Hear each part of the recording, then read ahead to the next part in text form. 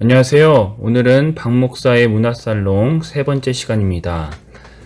이번 달에 진격의 거인 세 번째 시리즈인데 이번 달부터 진격의 거인 스포가 굉장히 많이 됩니다.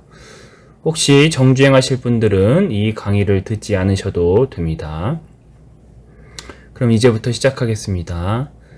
주인공 엘렌 예거 일당이 거인의 신비를 밝혀냅니다. 스토리는 대략 이렇습니다. 첫 번째로 먼저 세계는 멸망한 것이 아닙니다. 이는 벽 안의 사람들을 잘 통솔하게 만들기 위한 장치였던 것이죠. 실제로 주인공들이 살고 있는 바다를 넘어가면 큰 대륙이 나오고 더 큰 세계가 기다리고 있습니다. 그렇다면 왜 벽 안의 왕은 세계가 거인에 의해 멸망을 당했고 자신들만 살아남게 되었다, 그렇게 착각을 심어주게 만들었을까요? 지금 이 그림을 보시면 엘렌 예거가 살고 있는 곳이 섬이거든요. 이 파라디 섬이라고 합니다. 그런데 최초의 인간들은 대륙에서 살고 있었습니다. 그러던 어느 날 거인의 힘을 얻은 유미르라는 사람이 갑자기 인류사 한복판에 등장을 합니다. 아직 진격의 거인이 연재 중이기 때문에 왜 갑자기 등장했는지는 정확히 모릅니다. 언젠가 밝혀지겠죠. 당시 유미르라는 사람이 거인의 힘을 얻었을 때는 과학 문명이 발전되지 않았던 시대입니다. 당연히 거인의 힘을 얻은 유미르는 세계를 제패할 수 있었던 것이죠. 그래서 엘디아라는 나라를 세우고 이제 마레라는 나라를 멸망시킵니다. 그 당시에 가장 컸던 나라죠. 후에 자신의 힘을 9명의 거인들에게 나누어 주어 세계를 다스리게 합니다. 하지만 세계가 가만히 있지 않았겠죠. 이 마레라는 나라는 반란을 꾀합니다. 그래서 다른 9명의 거인들을 꼬드기고 결국 유미르와 다른 거인들 플러스 마레와 전투를 벌이게 됩니다. 그런데 이 시점에서 유미르는 굉장히 쫄보였습니다. 그들과 싸우기 싫어서 큰 섬에 들어가 독야청청 살기로 결심합니다. 그러니까 그곳이 파라디 섬인 것이고 지금 주인공들이 살고 있는 그러한 섬이라는 것이죠.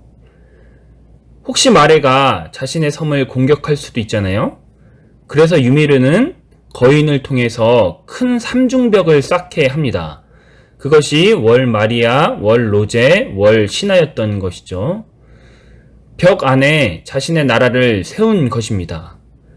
그리고 벽 바깥에 지능이 없는 거인들을 풀어놓은 것이죠.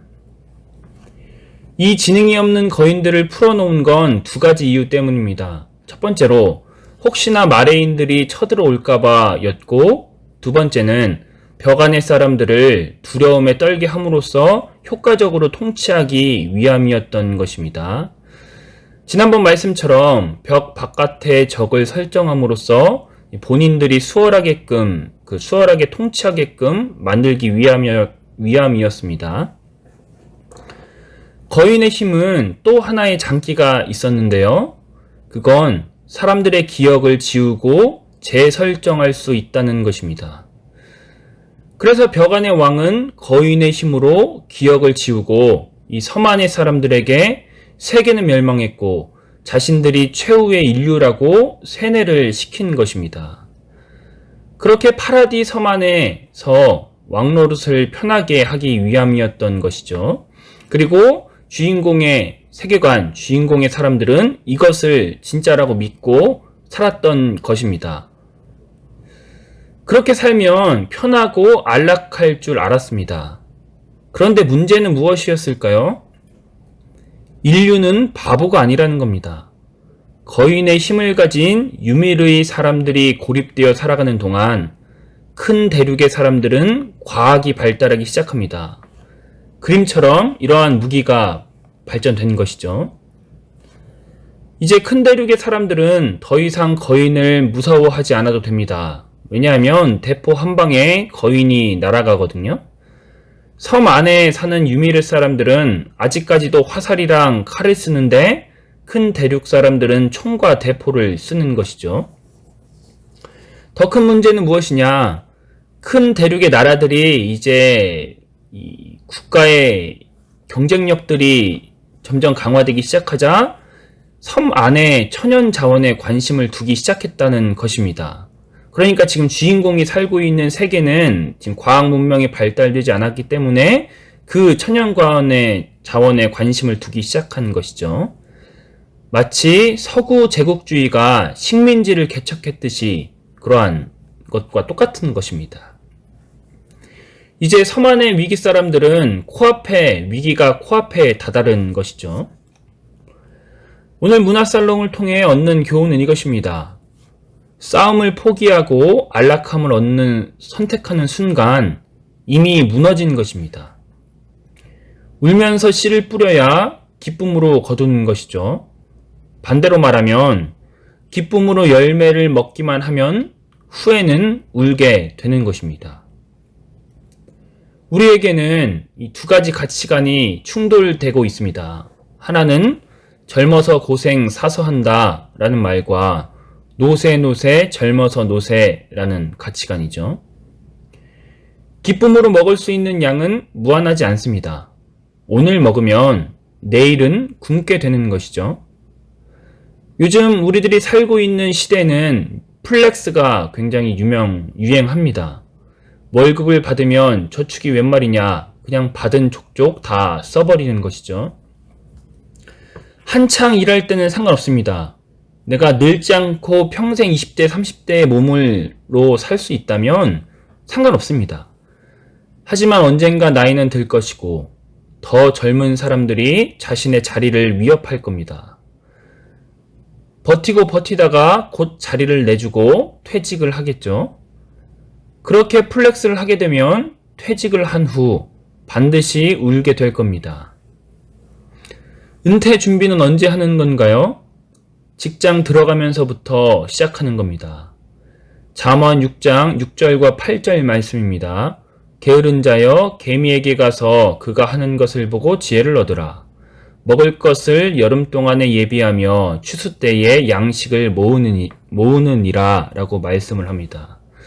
여기서 게으른 자라는 것은 일을 하지 않는 사람이 아닙니다.